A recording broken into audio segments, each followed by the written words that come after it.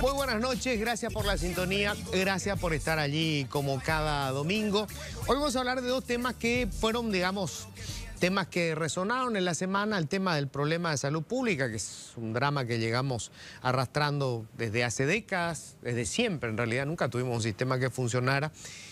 Hoy vamos a seguir hablando de ese tema, y lo otro tiene que ver con una cuestión político-judicial, por decirlo así, que es esta acusación que hace el Ministerio Público contra funcionarios de la administración Abdo acerca de la filtración de un informe que hace referencia al lavado de dinero y que afecta también a otro expresidente, Horacio Cartes. Antes de entrar en el primer tema, un comentario breve. En la semana muchos ciudadanos tuvimos que pagar nuestro impuesto a la renta personal. Nos correspondía, fuimos a pagar y es inevitable cuando estás despojándote de ese dinero y entregándole al fisco, que te plantees si vale la pena. Sé que muchísima gente se estuvo plagueando, llorando cuando estaba entregando eso, porque básicamente es lo poco que puedes ahorrar. Sobre todo algunos que vamos acumulando para poder pagar de entrada y no tener que pagar en cuotas, porque igual te cobran intereses desde el fisco. Y hay muchas cosas que decir al respecto. Nosotros somos un país que tiene lo que se llama una baja presión tributaria. Es decir, nuestros impuestos no son muy altos. Espera, no saltes, ya sé que te decía, sí, pero espera. Sí, no son impuestos altos. O sea, no sé, el IVA tenemos un 10%, vos tenés en países de la región se paga un IVA mucho más alto. Si vivís en Noruega, el impuesto se come el 50% de tus ingresos. Pero, y acá viene la cuestión, si sos noruego, el Estado se llevó la mitad de tus ingresos, pero la salud te cubre el Estado y la garantía es del 100%. La educación te cubre el Estado, es decir, tus impuestos, desde los 3 años hasta que terminaste la facultad. La seguridad es impecable, el transporte público existe. El problema con Paraguay es que nosotros tenemos lo que algunos llaman un país low cost. ¿Sabes lo que es low cost? Es esos vuelos que se toman cuando vos pagás un pasaje y el pasaje es barato, pero resulta que todo lo que vos quieras tenés que pagar aparte. Si te vas a comer un sándwichito porque estás con hambre, tenés que pagar aparte. Si querés meter una valija, tenés que pagar aparte. Si vos querés... Bueno, eso es Paraguay. Los impuestos son bajos, pero si vos querés tener alguna garantía, que no es absoluta, para tu familia, vos tenés que pagar educación privada. Tenés que pagar salud privada. Tenés que pagar transporte privado. Te compras un auto o te compras una moto o viajas en plataforma. Pero el transporte público, vos sabés que es de alto riesgo. Hay gente cada vez más que tiene además una seguridad adicional privada. Tiene cuanto menos una camarita grabando frente a su casa. Entonces, cuando vos sumás todo lo que estás pagando como servicio privado, resulta que eso se come mucho más que la mitad de tus ingresos. Y ahí es donde uno, cuando va a pagar el impuesto, dice, caramba, vale la pena. En todo el mundo, la única manera de garantizar cobertura en áreas comunes es a través del pago de impuestos, pero un servicio que funcione. Obviamente en algún momento tenemos que discutir seguramente pagar más impuestos. Es con esta presión tributaria en ningún país del mundo consiguen tener coberturas de calidad. Pero antes necesitamos tener señales de que van a empezar a gastar mejor. Es muy difícil que vos estés pagando tu impuesto y no pienses, caramba, le estoy cubriendo el combustible al helicóptero que usa el presidente de la República para ir cada 15 días a mirar cómo está evolucionando la obra de su quinta. Es muy difícil cuando vos estás pagando el impuesto que no te plantees, caramba, estoy pagando con esto el salario de la directora de convenios de la biblioteca del Senado. Una persona que no concursó para ingresar. Es muy difícil que no te irrite cuando vos tenés a un presidente del Congreso como el senador Bachi Núñez pretendiendo justificar esos gastos. y contándote que también hay otras personas que no tienen estudios universitarios y pueden ser buenos profesionales. Me usó a mí, por ejemplo. Dijo, ahí está el señor Luis Vareiro, que es bachiller y que sin embargo es un buen periodista. Yo estoy en el sector privado, señor Bachi Núñez. A mí no me pagan los contribuyentes. A mí me paga una empresa privada. La empresa privada solamente contrata cuando tiene resultados. Yo puedo haber sido solamente alguien que terminó el jardín de infantes. En el Estado se concursa, señor Núñez. Se concursa. En el sector privado nadie entra porque sea pariente del presidente de seccional. Acá si no servís, no te quedás y no te pagan. En la administración pública nosotros estamos obligados a pagarle el salario a sus operadoras, nos guste o no nos guste. Por cuestiones como esa, los disparates que dice Bachi Núñez para justificar el despilfarro en el Senado, o el despilfarro del presidente de la República, innecesariamente. Una cosa es su seguridad, hay que garantizarle. Pero que use el helicóptero para ir a mirar cómo está la obra de su quinta privada, es ahí donde te da por el quinto forro. Por eso es muy difícil discutir cuestiones de fondo como que en algún momento habrá que aumentar la presión tributaria, sí.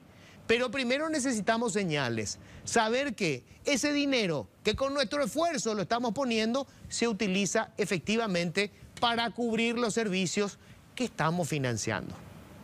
Bienvenidos, esto es Políticamente Incorrecto. Siempre digo lo que pienso. Bueno, y estamos ya nosotros en compañía del viceministro de Salud Pública, acaba de ser nombrado, se encontró ya con todo un despelote, ¿verdad? Porque justo había tallado varios escándalos. Saúl Recalde, ¿qué tal, doctor? ¿Cómo estás? Buenas noches, Luis. Gracias por el espacio. Gracias por venir, ¿eh? Doctor, quiero ir directamente con uno de los casos que me parece que nos permite poder desmenuzar para saber qué es lo que no está funcionando. El caso de este chico que termina perdiendo la vida, que fue atendido en el hospital de Presidente Franco. Es un chico que va, según me explicó, hablé con la doctora que lo atendió, él llega con una infección generalizada, llega a la 1:30 a la siesta, lo atienden, la doctora me dice, yo intento buscar en la región si es que había algún lugar en terapia intensiva, él necesitaba una terapia intensiva, su caso era muy grave. A las 4 de la tarde me comunico con el SEME y a las 7:30, 7:18, me informan que no hay camas disponibles en el sector público y que me tienen que remitir, que tengo que remitir al chico a un hospital privado que está a más de 70 kilómetros. El chico muere en el camino. Habían pasado prácticamente 10 horas desde que se había definido que él necesitaba una terapia de urgencia. ¿Qué pasó en este caso? Para empezar a entender cómo funciona la problemática del sistema público. Mira, Luis, nosotros estamos muy entristecidos por todo lo sucedido, en donde muchas situaciones, muchas veces burocráticas, llevan a algunos desenlaces que no son los esperados. Siento mucho por lo ocurrido, Luis.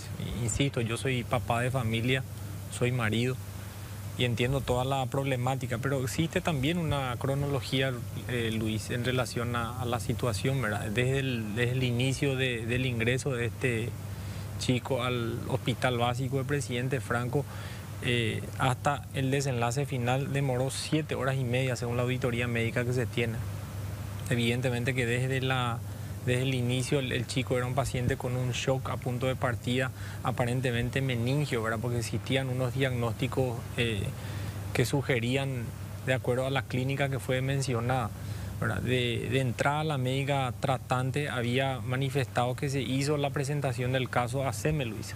La presentación del caso inicialmente se hizo por link. Refiriendo el cuadro clínico del paciente, incluso no estaba refiriendo que el paciente estaba con intubación orotraqueal. Primer punto, creo que incluso de por ahí también pudo haber demorado en relación o retrasado el tipo de respuesta de SEME. O sea, también, ella no incluyó toda la información. Da la impresión, porque como te digo, se hizo algunas auditorías médicas en todo el proceso que había ocurrido en Presidente Franco. Luego se hizo la reiteración por vía telefónica comentando la situación real en relación al cuadro del niño. Se activa un protocolo de SEME, se metió un flujograma de trabajo, Luis. Se recibió el reporte del niño, se hizo la búsqueda aparentemente al nivel del circuito nacional donde se reportan camas cero. Ese es, según el protocolo, la única forma que vos tenés hoy para que vos accedas a servicios que sean privados o tercerizados o que cumplan convenio hoy con el Ministerio de Salud. Se hizo el reporte cero, como no había convenios en ese momento en sectores privados con el Ministerio de Salud, entonces se activa el sistema del recurso de amparo, Luis. Existe un flujograma que hoy está bajo resolución 3384 firmado en el 2015, donde hay un flujograma de actuación en relación a esas situaciones. Entonces el juez puede determinar dónde puede ir el paciente, evidentemente orientado por el médico tratante o por la coordinación de terapia, Luis. Existe una documentación donde dicta justamente el juez dónde debe ir el paciente al Sanatorio Medical Center en la ciudad de Santa Rita. Entonces esa es la cronología, lastimosamente por el cuadro de gravedad del niño, justamente bajo un diagnóstico de shock e incluso 2 horas después del diagnóstico también con falla multiorgánica. Lastimosamente durante el procedimiento de traslado se tuvo el desenlace final y el paro cardiorrespiratorio del niño. Paremos acá y vamos a desmenuzar. Sí, señor. ¿Por qué se demora el SEME 3 horas para determinar de que no hay lugar? Eso tendría que ser de manera rápida. Se supone que esa tiene que ser una información en el momento. Rápida y eficiente debería ser, Luis. Justamente uno de los motivos, y vuelvo a recalcar que todos los procedimientos médicos hechos por la médica de familia del Hospital Básico de Santa Rita corresponde a los manuales de procedimientos. Se esforzó mucho la médica de Santa Rita para intentar mantener con vida a ese chico. Ahora, vos justamente nos estás tomando de la situación que motiva el proceso de intervención y el cese de función de toda la estructura gerencial del SEME, Luis. ¿Pero qué falló? ¿Por qué tardaron 3 horas en determinar que no había cama en el sector público y decidir pasar al siguiente nivel? Y ese tiene que ser un procedimiento que tiene que ser rápido y efectivo, Luis. La comunicación tiene que ser constante con el médico y la búsqueda a través de hospitales especializados y hospitales de todas las regiones sanitarias del país tiene que ser algo inmediato. Tiene que ser algo inmediato y la respuesta tiene que ser inmediata. Una vez que se constata que no existe esa cama, de inmediato debe darse un aviso a la coordinación de terapia para que la respuesta sea enseguida. Estamos de acuerdo que tiene que ser inmediato. Este procedimiento hicimos 12 veces, Luis, este fin de semana. ¿Pero por qué no fue así? ¿Qué pasó? Y bueno, y de hecho que justamente ese es el motivo por el cual nosotros estamos dentro del SEME hoy bajo un equipo itinerante, Luis. Pero hoy no tienen respuesta todavía. No saben qué pasó, por qué se demoraron 3 horas. Y mira, te vuelvo a comentar, el primer punto de retraso donde nosotros hicimos el análisis, que la presentación del caso lastimosamente fue inicialmente hecha por link.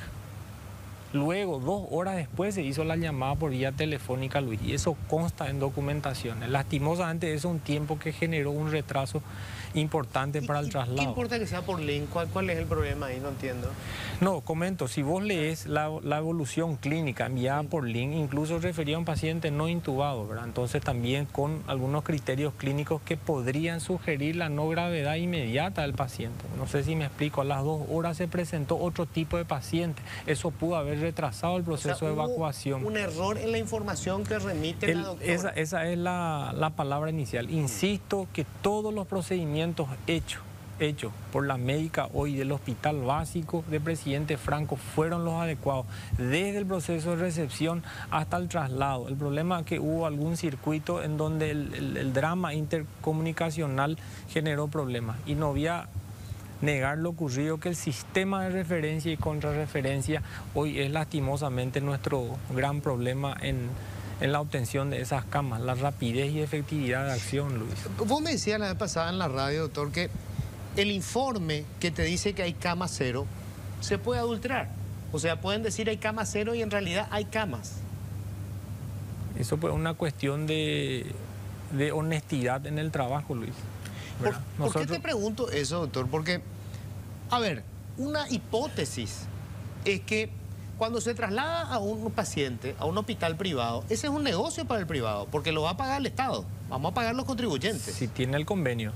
como yo te comenté, ¿cuál es la figura que tiene hoy la coordinación de terapias? Hoy el Ministerio de Salud, para tratar de resolver los problemas de la manera más rápida posible, entabla convenios privados con ciertos hospitales cuando los reportes son cama cero. Cuando yo no tengo ese convenio privado, hoy el juez se hace una orden judicial, el juez determina a dónde ir, Luis. Evidentemente que bajo la orientación o del médico tratante o de la coordinación. Ese es el punto. En este caso,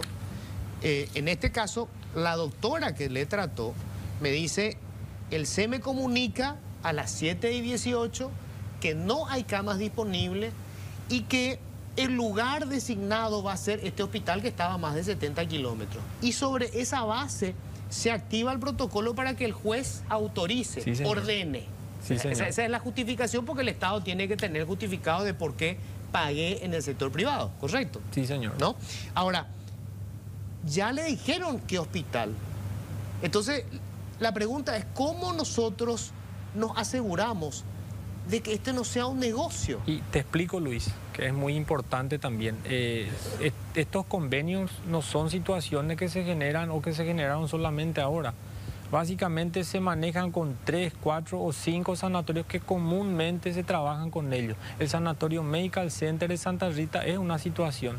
Como es un sanatorio que comúnmente trabajaba o trabaja con el Ministerio de Salud, es muy probable que desde la coordinación de terapias intensivas, para facilitar y por el conocimiento hoy de la zona, se haya enviado a ese lugar, Luis. Pero estaba a 70 kilómetros. Le entiendo, pero ahora también te comento otro déficit. En la resolución que firmada por la presidencia, en esa resolución 3384, también figura una situación donde todos los sanatorios privados del país tienen que hacer un reporte diario de su disponibilidad de camas, Luis. ¿Te imaginas si yo tengo la dificultad del monitoreo de mis camas en el sector público, que se hicieron evidenciables ahora en esta gestión de traslado de esta niña? ¿Te imaginas lo difícil que lo va a hacer controlar también la disponibilidad de camas y las camas que están aptas para la ejecución de la recepción de ese paciente, Luis? Claro, yo lo que te pregunto, doctor, es, a ver, ¿cómo evitamos que esto sea un modus operandi para hacer negocio? Me explico. Si yo no tengo el reporte rápido, si yo puedo adulterar el informe, digo, tengo cama cero, y hay a lo mejor alguna cama disponible, pero tengo cama cero, entonces le pido al juez y le recomiendo ya, a este hospital le vamos a transferir. El juez ordena, porque el juez lo que está queriendo es que se salve la vida del paciente, el juez ordena y se va a ese sanatorio que ya acordaron llevarle ahí. Se le va al paciente, no hay convenio.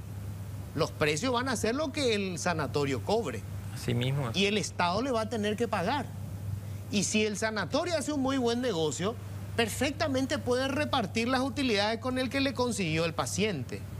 ¿Cómo evitamos que eso esté ocurriendo eventualmente y que ponga nada menos que en riesgo la vida de la gente? Y sé que sabes, Luis, que nosotros entablamos estos procesos de control justamente y de auditoría, tanto en los 3 servicios, tanto en el Hospital de Franco, en SEME, como en la coordinación de terapias. Nosotros entablamos este proceso investigativo. Nosotros hicimos las medidas correctivas administrativas para los 3 niveles de atención donde ocurrió el error, Luis. Ahora si yo me decís, mira, Saúl, esto ocurrió, esto es el informe, ¿qué medida vas a tomar? Y bueno, eso pasa a cancha de asesoría jurídica, Luis, en relación a esas denuncias. Nosotros... O sea, este caso puede terminar en el Ministerio Público. Sí, señor, así como... O sea, yo no sé por qué el Ministerio Público no inició todavía una investigación de oficio. Eso se tiene que recibirse el informe de las auditorías, Luis, porque las medidas correctivas administrativas están hechas, están a la vista. Hoy el SEME está intervenido con un equipo itinerante, Luis, y los cambios en relación a la coordinación de terapia intensiva también, o sea, todo el procedimiento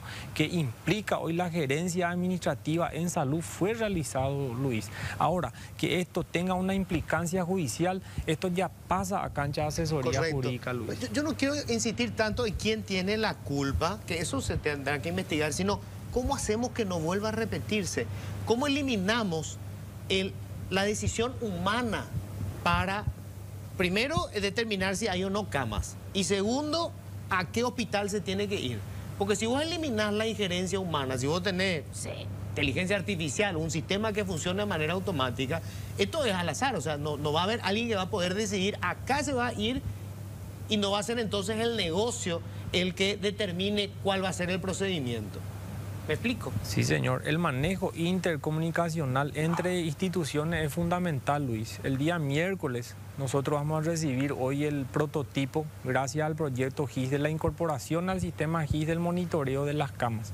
Solamente que en relación a eso también nosotros estamos sujetos a la voluntad de las personas para el control y la carga y descarga de esas camas de manera diaria y por guardia. ¿Qué es el sistema GIS? El sistema GIS es como un sistema integrado de hospital que nosotros hoy tenemos la capacidad hoy de monitorizar todo tipo de control y gestión del hospital, Luis. Eso es una ventaja hoy que tiene el Ministerio de Salud. El IPS lo tiene con el SIH, hoy el Ministerio de Salud lo tiene con el sistema GIS.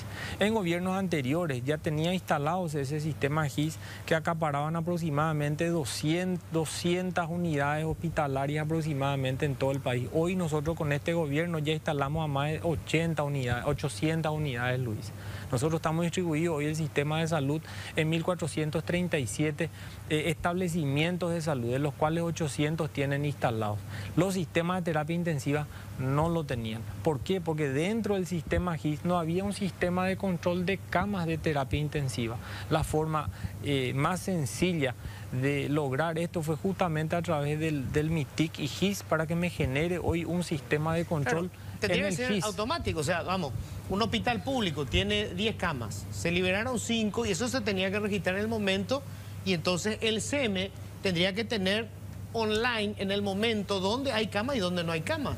Y por eso justamente el proceso de intervención en la coordinación de terapia intensiva, Luis. Hoy nosotros, el sistema de coordinación que se tenía en otro lugar, hoy nosotros llevamos al Viceministerio de Salud, donde yo también estoy encargado de ese procedimiento de control, armamos un equipo de monitoreo y justamente con el proceso de intervención del SEME también vamos a incorporar funcionarios ahí para que esto realmente sea eficiente, Luis. Hoy la deficiencia en ese proceso de referencia y contrarreferencia, hoy generó un problema gigante. Hoy una familia está de luto por temas relacionados a referencia y contrarreferencia que son producto de una falta de gestión de salud de ese circuito de comunicación, hospital, SEME y coordinación de terapia, Luis. Vos me decías que hay 600 vínculos del SEME. SEME tiene 600 vínculos.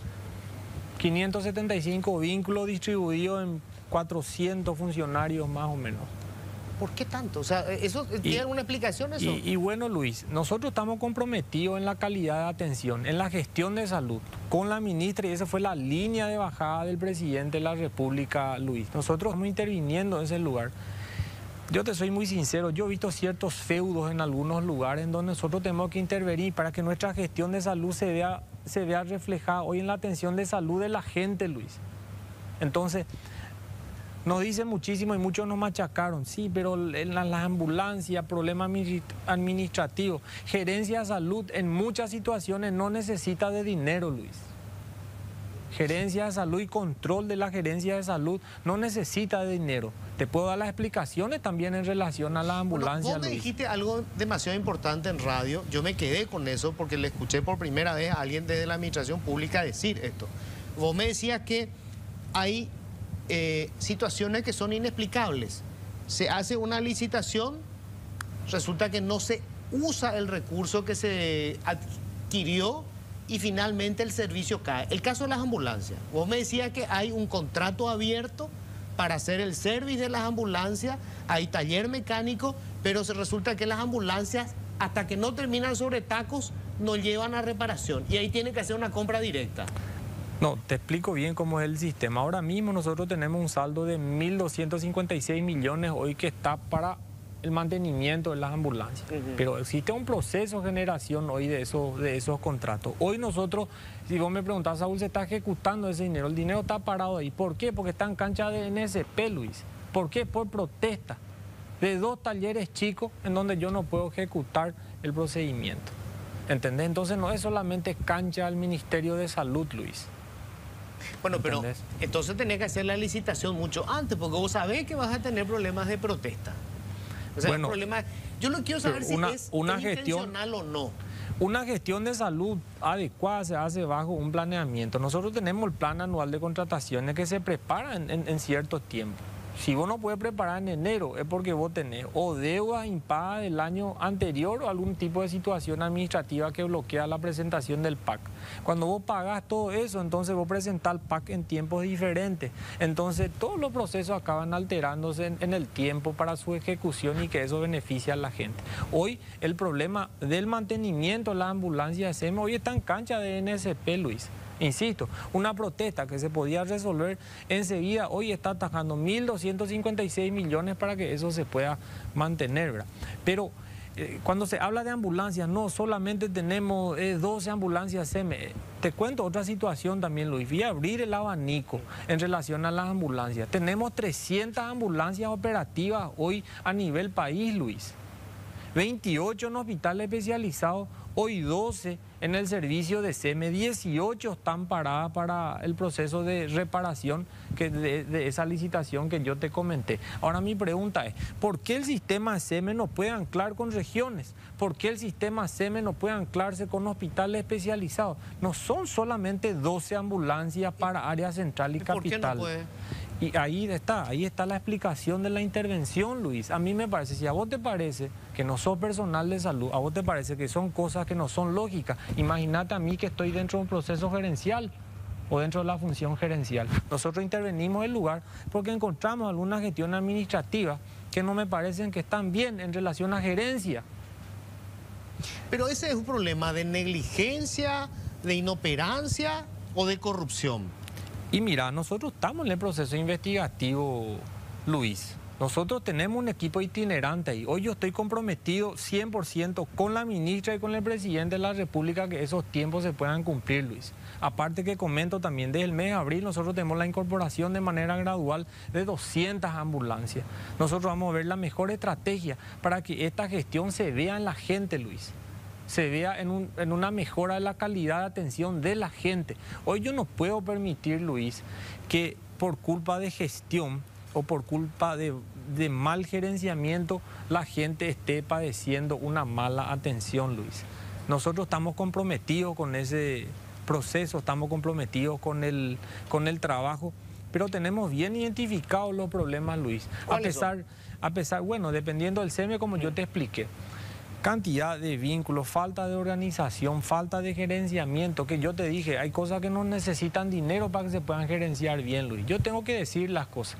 En SEME nosotros tenemos 10 unidades que están distribuidas en el SEME, no tenemos un reloj marcador en la unidad central.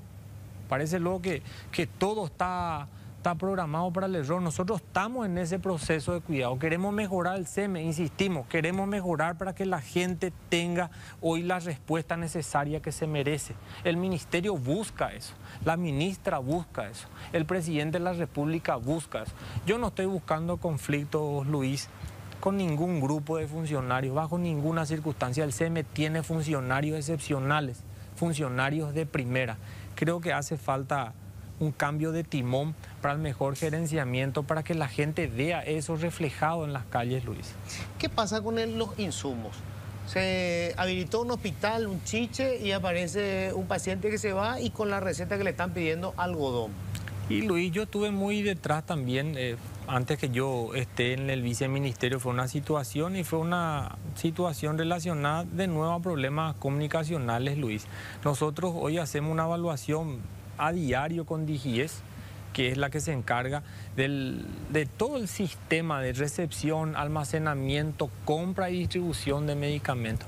Hoy el sistema de DIGIES está separado en una clasificación de medicamentos que según la OMS es un sistema que se llama VEN, ¿verdad? Es un sistema de medicamentos que son vitales, esenciales y necesarios. Y eso se hace un control y monitoreo todos los días del stock, Luis, que también tiene muchas explicaciones, ¿verdad? En relación al retardo de entrega, yo estaba revisando, Luis, algunos ítems del Vademecum del Ministerio que cuenta con 1.600 ítems hoy, y nosotros vemos que tenemos algunos ítems que tienen retrasos de entrega de 70, 80, 90 días incluso. ¿Por qué? Hicimos nosotros la reunión con todos los proveedores. Hoy nosotros anclamos un sistema de diálogo y todos están comprometidos para una gestión mejor, Luis. ¿Pero por qué se atrasa? ¿El Estado se endeudó para pagarle la deuda? No, pero también te explico. La provisión de la medicación con los proveedores muchas veces no es culpa incluso del proveedor. Es la falta de trazabilidad que yo le pueda dar con un sistema informático incorporado en todos los hospitales. Entonces al final parece que las compras podían hacerse de manera no tan precisa.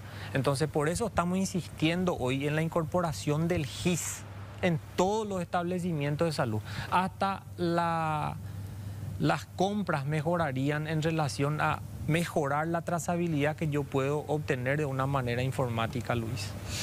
Bueno, el doctor acaba de entrar, estás nuevito, te encontraste ya con todo de pelota, así que vamos a volver a conversar en unos meses a ver qué pasó de todo esto que me estás anunciando. Ojalá, yo espero que esto sea así, que este sistema informático funcione, que los espacios, los márgenes para lucrar a costa del dinero de la gente y de la salud de la gente se achiquen. Espero que sea así. Así que vamos a seguir en contacto. Me gustaría, Luis, que me dé un espacio en relación a comentar que estamos buscando de nuevo la confianza de todos los paraguayos. Tenemos proyectos que están ahí, compra de medicamentos para terapia intensiva, incorporación de nuevos funcionarios en sistema de atención primaria de salud. Luis, nosotros estamos a 10 días, a 15 días de habilitar uno de los mejores centros de imágenes públicos para el país. Te invitaría para que vayas a visitar lo que nosotros vamos a ofrecer. Tenemos proyectos en el INCAN, Luis. Nosotros tenemos proyectos de cambio de la estructura edilicia, incorporación de funcionarios a través de un sistema de pago por producto. Entonces nosotros estamos comprometidos, bueno, la ministra está comprometida con eso, Luis. El presidente está comprometido con eso, Luis. Espero que me cobren estos meses, Luis. Gracias, doctor. A las órdenes. Bueno, y a la ministra, el espacio sigue abierto, ministra. Alguna vez tenés que hablar. Hoy están con nosotros Carmen Pereira. Ella es abogada, experta, técnica y consultora internacional en prevención de lavado de dinero y era una funcionaria clave de la CEPRELAP. Hola, Carmen. ¿Cómo estás? Buenas noches, Luis. Buenas noches a la audiencia y muchísimas gracias por la invitación. Carlos Arregui estaba al frente de CEPRELAP. Hola, Carlos, ¿cómo estás? ¿Qué tal, Luis? Un gusto estar contigo y con la audiencia de Telefuturo. Y estamos con Cecilia Pérez, fue ministra de Justicia, hoy está como abogada de una de las personas imputadas en este caso. Cecilia, ¿qué tal? ¿Cómo estás? Buenas noches, Luis, a la audiencia. Muchas gracias por la invitación. Yo, antes de hablar de esto que pasó, me gustaría primero recordar en qué consistieron los informes que presentaba la Secretaría de Prevención del Lavado de Dinero, CEPRELAP. Me parece que esa debe ser el inicio de todo. ¿Qué es lo que reportaban, Carmen? Bueno, es muy importante la pregunta que estás haciendo porque, y quiero hacer el contexto también con lo que hoy nos están acusando, a nosotros nos hablan de una asociación criminal. Sin embargo, para poder hablar de una asociación criminal tenemos que ver una red de personas que eventualmente realizaron una serie de acciones para cometer un hecho punible. En nuestro caso, nosotros en realidad somos parte de una estructura legal que lo que hacía era recibir alertas de prevención, o sea, alertas de lavado de activos, de presunto lavado de activos. ¿Cómo funciona el sistema? Cuando nosotros recibimos una alerta, lo que estamos recibiendo en realidad es un mensaje que nos envían nuestros sujetos obligados. ¿Y quiénes son los sujetos obligados? Los sujetos obligados son los bancos, las financieras, las casas de cambio, que en el accionar de su día a día identifican algún tipo de transacción que puede tener algún indicador de lavado de dinero. ¿Es lavado de dinero? No es lavado de dinero. Eso tiene que ser sometido a un proceso. Entonces allí entra la CEPRELAT. ¿Qué es lo que hace la CEPRELAT? Recibe la alerta y no es que democráticamente nosotros seleccionamos la alerta, de ninguna manera. Hay reglas, algoritmos, hay anomalías, hay un trabajo de campo en ciencia de datos que nosotros desarrollamos justamente en pos de la evaluación de Gafilat. ¿Para qué? Para que cuando se reciba un reporte, porque imagínate que son vamos a decir un promedio en el tiempo que nos ocupa a nosotros trabajar de 10.000 a 12.000 reportes anuales.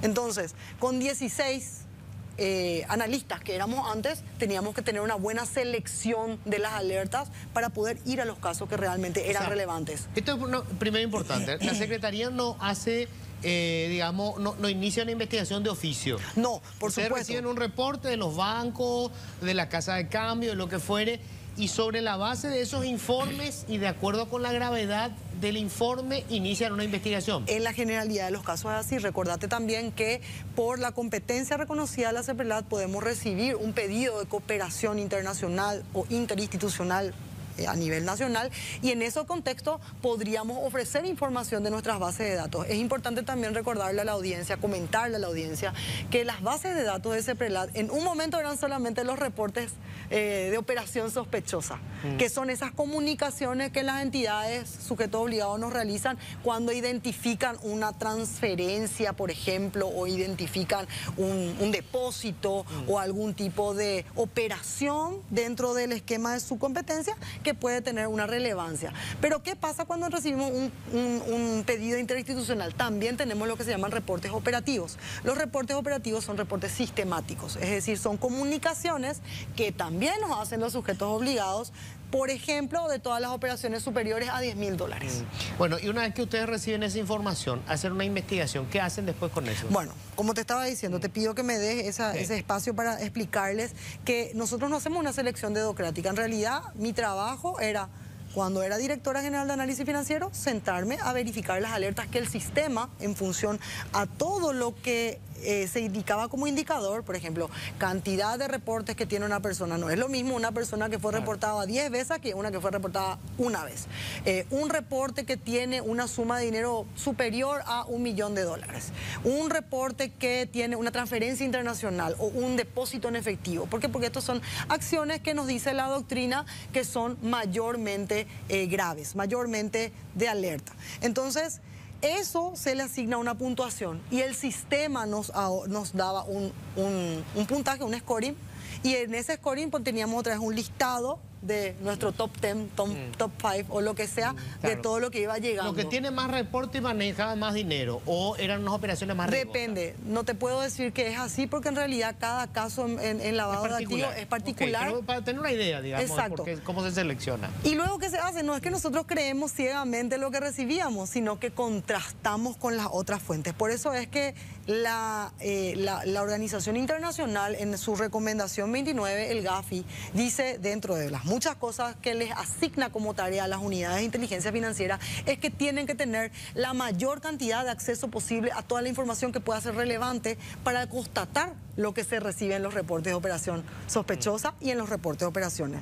Entonces, ¿qué hacíamos? No es que nosotros agarramos y ciegamente, sí, esto nos dijo X entidad, sujeto obligado, y ya nomás vamos a enviar. No, se constata con información local y cuando la hay también con información internacional. O sea, los informes que se presentaron finalmente al Ministerio Público son producto de un trabajo de contrastar todas esas fuentes primeramente. Por supuesto, por supuesto. Y no solamente, acá es muy importante es un informe decirlo. técnico sólido. Exacto, y no solamente ese.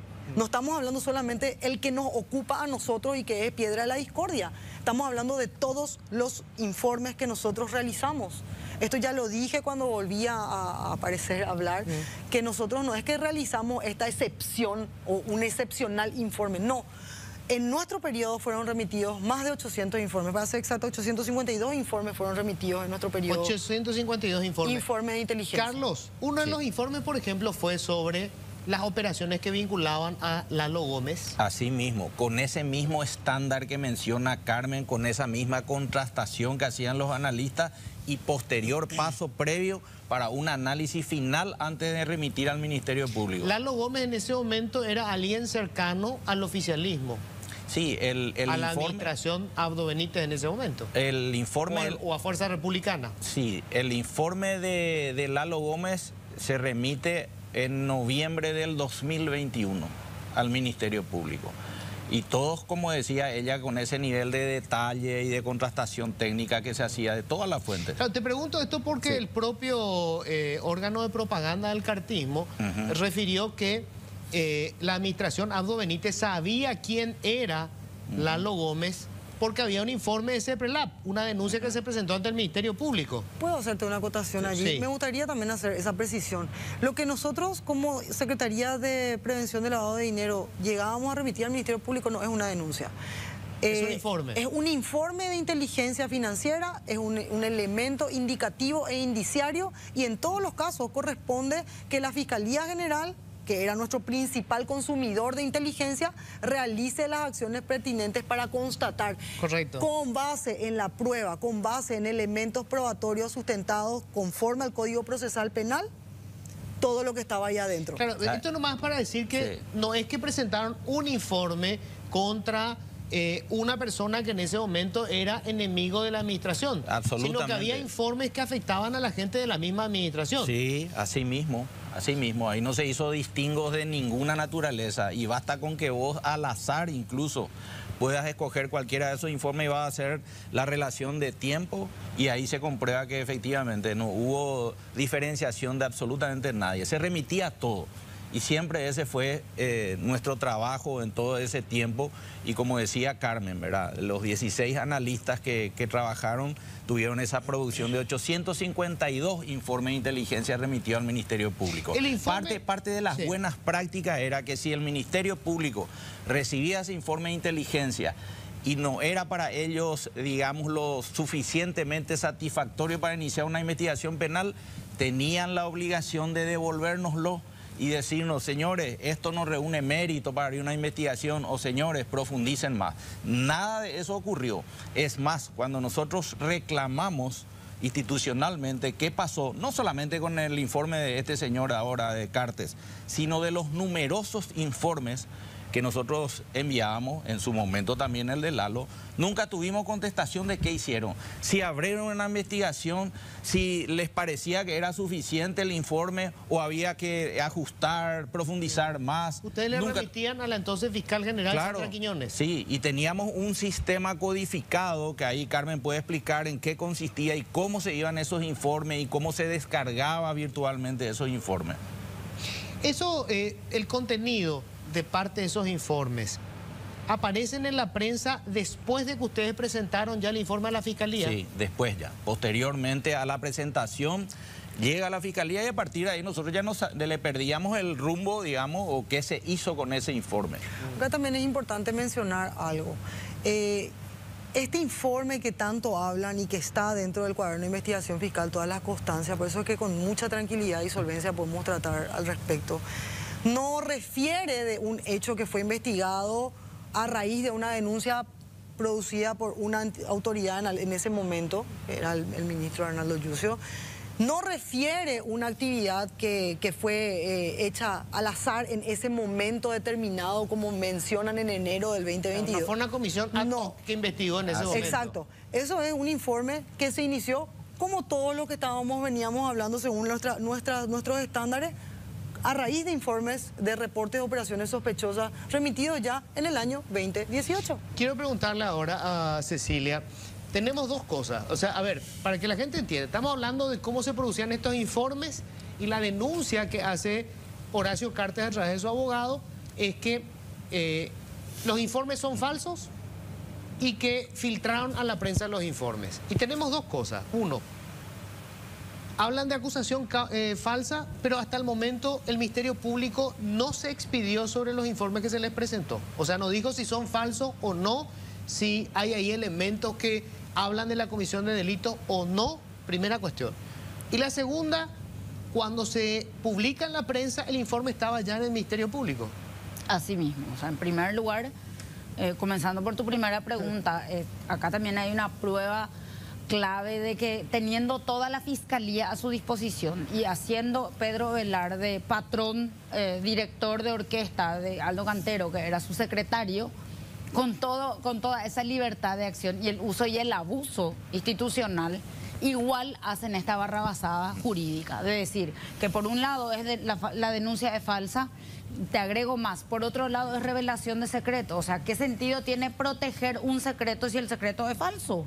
O es denuncia falsa o es revelación de secretos. Las dos cosas no puede ser. Más allá de que esas denuncias falsas son denuncias o investigaciones abiertas que no sabemos cómo terminaron, y que tampoco es que toda la investigación que comienza y termina con una desestimación necesariamente es falsa, porque las causales de desestimación son varias, no solamente que el hecho no existió o que no constituye hecho punible. Entonces, no toda apertura de una investigación a partir de un elemento, que en este caso, como explica Carmen, no es denuncia propiamente, es falsa, pero la contradicción propia también demuestra un nivel bastante considerable de inoperancia y de incompetencia, a pesar de que usan y abusan de la estructura estatal para perseguir a la gente, ¿verdad? A ver, primero, no sé cuál es el elemento para decir de que esto lo filtró CEPRELAB, porque realmente es un informe que estaba ya en manos del Ministerio Público. O sea, ¿cómo saben ellos cómo llega o cómo conseguimos los periodistas la información? Y segundo, lo que no sabemos, y es una pregunta que se la hice al fiscal general del Estado acá en esta mesa y no fue capaz de responderme, ¿qué pasó con el informe? Ningún fiscal salió a decir, no hay elementos que prueben que se haya cometido un delito, o sí, acá hay sospecha que se cometió un delito. Ahí en ese punto es tan clave lo que decís, Luis, porque en este mismo programa él había hablado con detalle de nuestro caso, de este caso. De la presunta filtración. De la presunta filtración. Sin embargo, él no sabía ni siquiera en qué unidad fiscal estaban o quiénes tenían, y al día siguiente hicieron correr la resolución que él había reasignado, que él mismo había reasignado esas causas, ¿verdad? Que son el precedente de esta, por decirlo de alguna manera. Sin embargo, esta conocía al dedillo. Entonces, ahí se demuestra la mentira de Emiliano Rolón cuando dice, ay, yo no puedo involucrarme en la autonomía del trabajo de los fiscales, cuando sabemos bien que esta causa tenía una verticalidad que está establecida. Porque Emiliano Rolón es el órgano ejecutor del terrorismo de Estado que se está desarrollando en este mismo momento con el sistema de justicia. Y el arma es esta. Los procesos penales son ahora el arma. En la época de Stroessner era la tortura en los calabozos, en el Departamento de Investigación de Delitos, en las comisarías. Hoy es desde la Fiscalía, avalado por el Poder Judicial. Y eso es muy grave porque usan la democracia para revertir una situación de Estado de Derecho. Eso es lo que están haciendo hoy. Y el ejecutor es el órgano que debe defender y representar a la sociedad. Y no lo hacen solamente en este caso, porque todos vimos cómo nació esta causa. Y hoy sigue operando una rosca mafiosa dentro de la Fiscalía liderada por Aldo Cantero. Él sigue impune, así como sigue impune Elba Cáceres con sus vinculaciones con el crimen organizado y con Lalo Gómez, así como siguen impune Giovanni Grisetti y otros que operan de esta manera. Y yo desde ahora tengo 4 casos ya que demuestran que es el mismo modus operandi entre Cantero, Grisetti, porque acá se infunde miedo.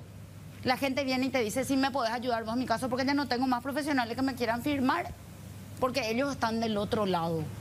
Y no tenemos más miedo. A partir de ahora yo voy a abrir una asociación de víctimas de Aldo Cantero y sus secuaces. Y sean bienvenidos. Carlos, sí. ¿Se puede decir en términos muy generales qué dice el informe? O sea, no digo nomás. Sí. Los informes, ¿de qué dan cuenta? Los informes son, así como decía también Carmen, en categoría de indicios, revelan un mecanismo de lavado de activos proveniente del contrabando de cigarrillos, ¿verdad? Con detalles, con números, con fechas, con vinculaciones. Eso básicamente, y hasta ahí podemos nosotros decir en este momento, ¿verdad? Disculpame que te interrumpa. Sí, no, una cosita nomás con relación a lo que dicen y cómo instalan la mentira que dice Pedro Velarde, que son falsos. O sea, nosotros no podemos inventar los reportes de operaciones sospechosas. Los hechos no se inventan, los hechos están en el informe. Entonces, con la teoría de Pedro Velarde, esa teoría mentirosa, perversa, todos los sujetos obligados tendrían que estar procesados también. Porque entonces ellos son los que nos dieron los insumos falsos para hacer el informe. Falso. Claro. Importante es mencionar que la estructura del informe es casi burocrática. La estructura del informe es una estructura básica que seguían todos los informes de hecho por una cuestión de los estándares internacionales. Lo que se buscaba era el mismo formato. Exacto. En la primera parte del informe se identifica a los reportados. ¿Por qué? Porque cuando tenemos un informe que surge a partir de un reporte de operación sospechosa, recuerden que eso no viene, podría también venir un pedido de fiscalía coincidentemente con el reporte, pero si surge como una información espontánea desarrollada por la CEPRELAB, lo que ocurre es que se hace un informe donde tenemos que contarle, recibimos un reporte de fulano de tal o de tal empresa y se hacen todas las vinculaciones. Luego de eso vienen todas las fuentes de datos. Luego hay una síntesis de resultados y el mandato de la organización internacional es: un informe de inteligencia tiene que tener un valor agregado.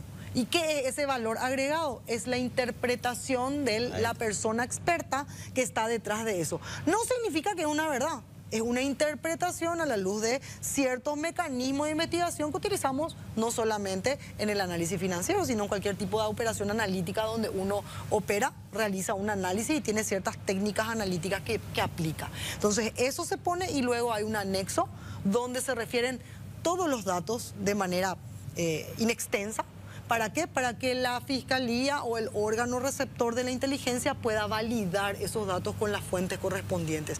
Todos los informes tienen esa característica. Todos los que nosotros hemos emitido durante nuestra época tienen esa característica y con mucho cuidado de poner exactamente todo lo que tenemos a nuestro favor. Imagínate lo que es que estamos tratando un delito, sea localmente o en forma internacional, y que tengamos que retasear la información.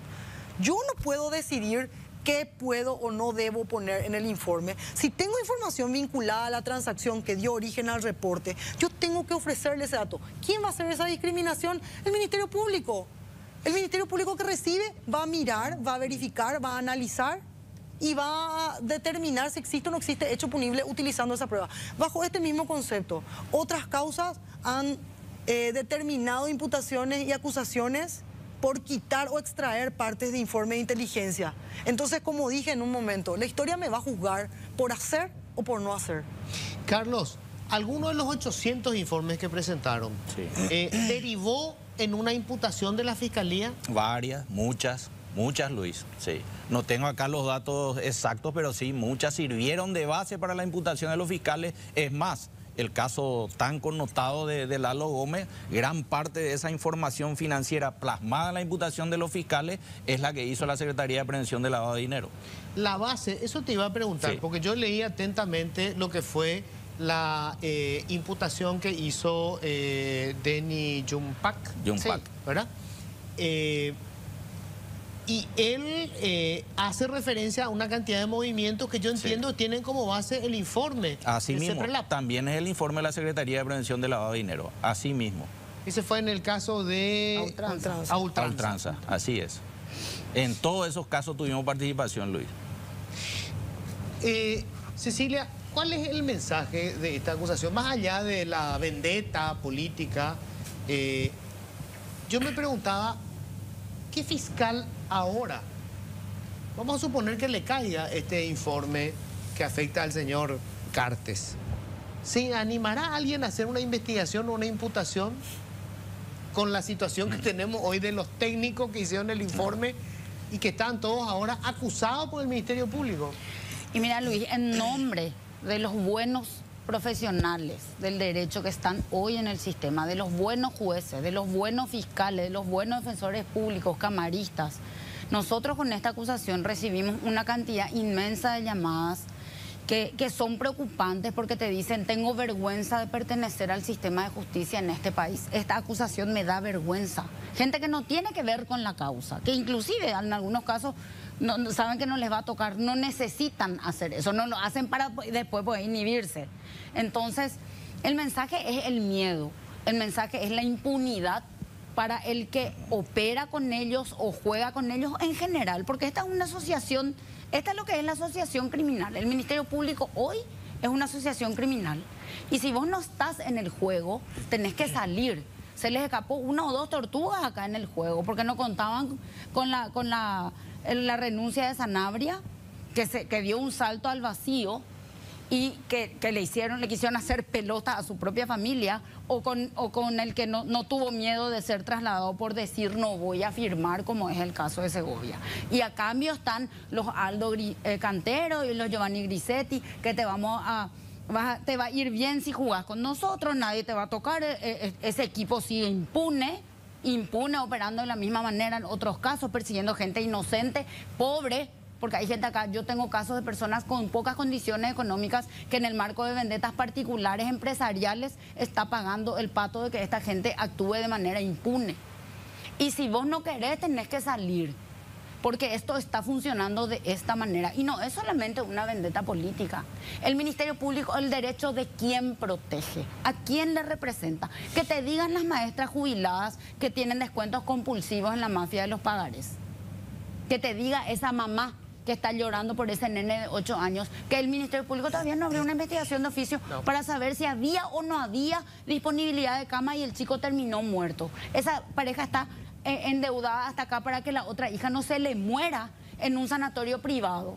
O ese chico que falleció, el recién nacido, y ese médico que está arriesgando su propio trabajo, denunciando el esquema de la falta de terapias neonatales. Este Ministerio Público no le representa a nadie más que a la clase política codiciosa que por dinero e intereses particulares está operando. Pero nosotros no tenemos que dejar que nos infunden miedo, porque ese es el mensaje, nos quieren hacer tener miedo.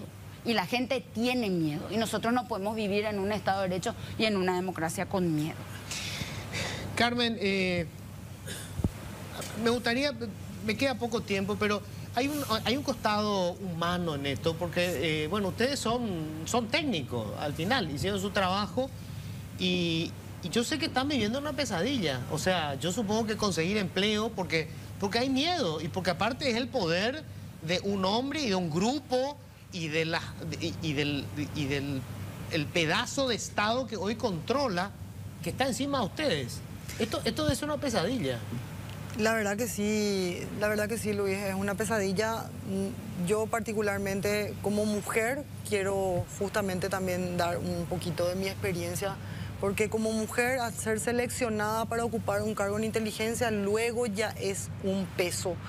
Y creo que la doctora Cecilia también va a estar en la misma sintonía. Siendo mujeres siempre somos cuestionadas por las formas en las que accedemos a los cargos, y gracias a Dios yo tuve una larga trayectoria como funcionaria pública que me permitió formarme dentro del Estado y dar todo lo mejor de mí. Al salir del Estado, no es lo que al salir del Estado, yo recibí la noticia de la imputación estando en un estado de gravidez de 30 semanas, y realmente fue muy duro. Yo de verdad pasé mal. En ese momento yo estaba comisionada en otra entidad del Estado, se me cortó el comisionamiento.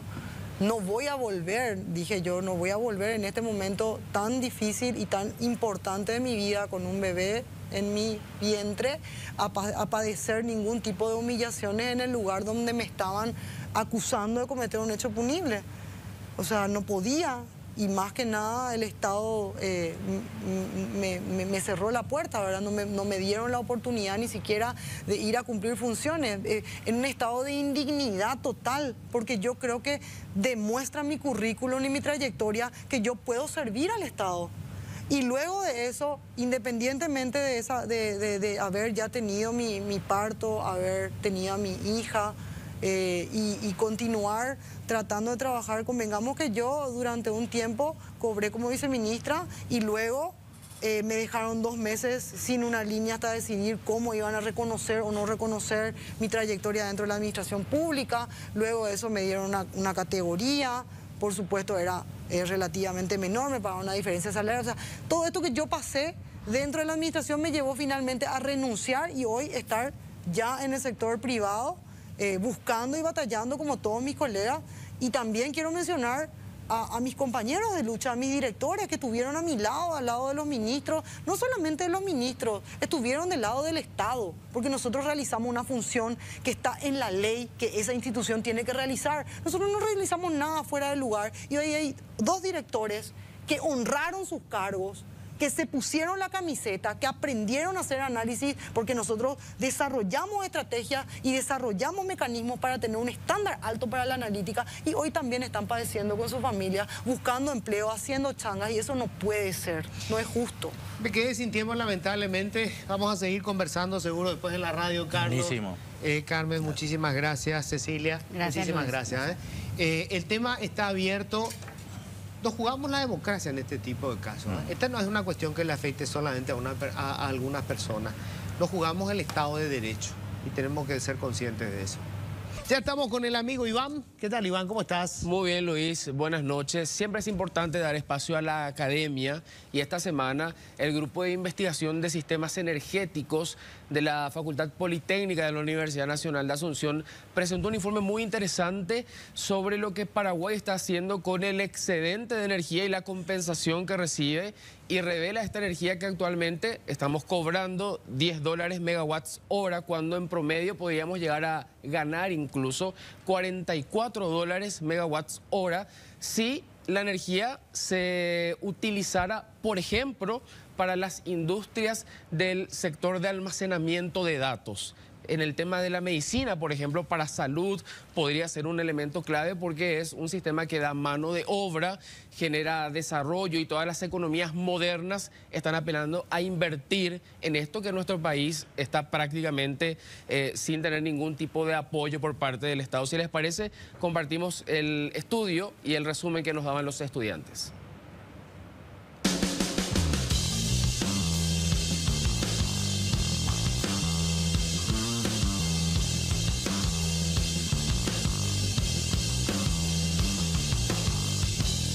El Grupo de Investigación en Sistemas Energéticos de la Facultad Politécnica de la UNA realizó una investigación titulada La energía en Paraguay, el camino hacia el hub tecnológico de América Latina.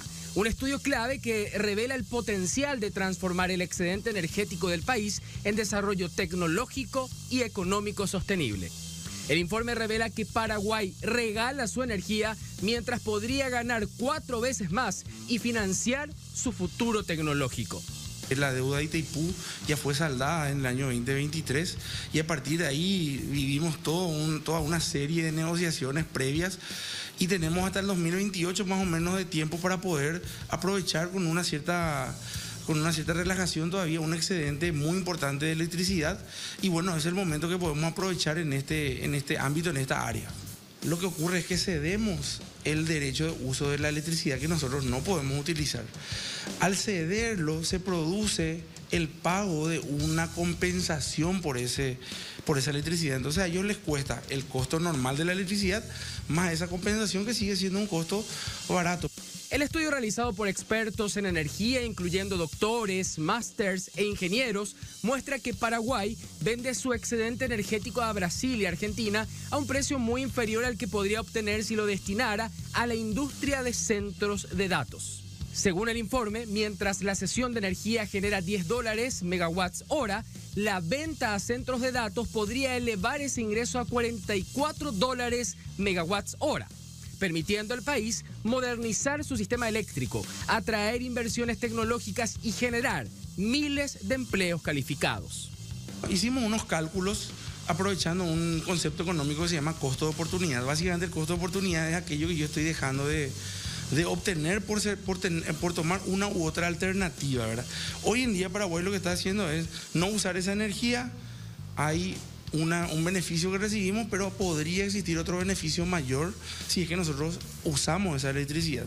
Y según los cálculos que hicimos en nuestro boletín, que está de libre disponibilidad y acceso en la página de la universidad, podría la ANDE tener en escenarios inclusive no tan buenos u otros optimistas unos beneficios tan importantes que en 3 años podrían alcanzar hasta más de los $2.000 millones que podrían invertirse en infraestructura de la ANDE, y podría cubrir más del 35% de lo que se necesita en inversión, por ejemplo, en distribución para poder mejorar nuestro sistema.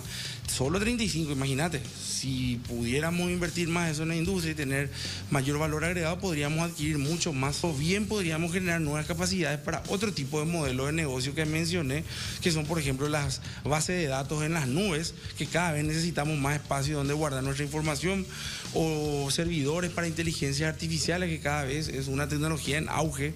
Entonces, el negocio de base tecnológica no va a acabar, va a evolucionar, y nosotros podemos empezar a desarrollar capacidades con esta pequeña oportunidad que se abre hoy.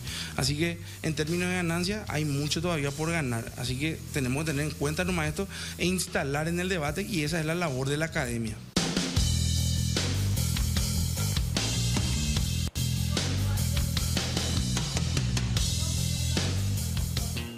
Bueno, fantástico. Primero que la academia se involucre en el debate Sí. y sobre todo porque estamos nosotros, se supone que este año definiendo un nuevo acuerdo con Brasil por el tema Itaipú. Porque la deuda ya se terminó de pagar, tenemos estos excedentes que nos van a durar hasta el 2028 más o menos, y hay que ver qué es lo que podemos aprovechar hasta entonces, y justamente ese es el análisis que hicieron estudiantes, docentes universitarios, máster, doctores en un proyecto muy interesante y los resultados que fueron presentados oficialmente esta semana. Bueno, fantástico. Gracias, Iván. A usted, señor. Gracias. Que tengan todos un feliz resto de jornada.